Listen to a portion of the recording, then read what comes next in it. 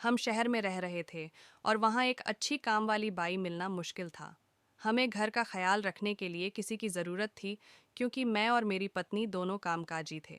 बहुत सोच विचार के बाद तय हुआ कि चूंकि मेरी पत्नी की कमाई मुझसे दोगुनी थी और उसके करियर में तरक्की के बेहतर मौके थे, इसलिए मैं अपनी नौकरी छोड़कर घर की पूरी जिम्मेदारी संभाल लूं। मैंने घर का सारा काम करना शुरू कर दिया और घर की पूरी देखभाल करने लगा। कुछ महीनों तक यह सिलसिला चलता रहा और मैं अपने गृहस्थी के काम में माहिर हो गया। धीरे धीरे मेरे बाल काफ़ी लंबे हो गए, क्योंकि मैंने घर से बाहर जाना लगभग बंद कर दिया था और बाल कटवाने पर ध्यान नहीं दिया।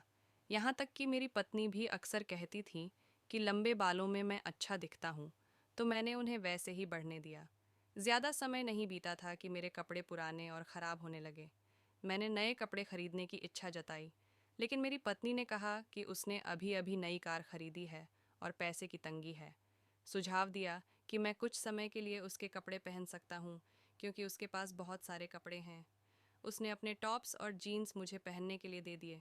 घर के काम करने से मेरा वज़न भी कम हो गया था, इसलिए उसके कपड़े मुझे अच्छे से फिट आ गए। यही मेरे कपड़े बन गए। धीरे धीरे मेरे सभी पुरुष कपड़े घिसकर ख़राब हो गए और फेंक दिए गए। अब मेरे पास सिर्फ मेरी पत्नी के पुराने कपड़े ही बचे थे। जल्द ही टॉप्स की जगह कुर्तियाँ आ गईं और जीन्स की जगह सलवार। एक दिन उसने मुझसे कहा कि मुझे जो भी पहनता हूँ उसमें अच्छा दिखना चाहिए, तो उसने मुझे मेकअप करना सिखाया और यहाँ तक कि अपने गहने पहनने के लिए दिए। इसके बाद उसने मुझे साड़ी पहनना भी सिखा दिया और अब हम अपने सारे कपड़े शेयर करते हैं।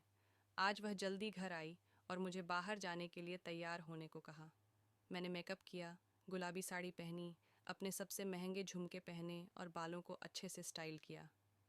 उसने मुझे याद दिलाया कि आज 1 साल हो गया है जब मैंने घर संभालने का फैसला किया था और अपनी नौकरी छोड़ दी थी। वह मुझे इस मौके का जश्न मनाने बाहर ले गई। इसने मुझे एहसास कराया कि इस 1 साल ने मुझे कितना बदल दिया है।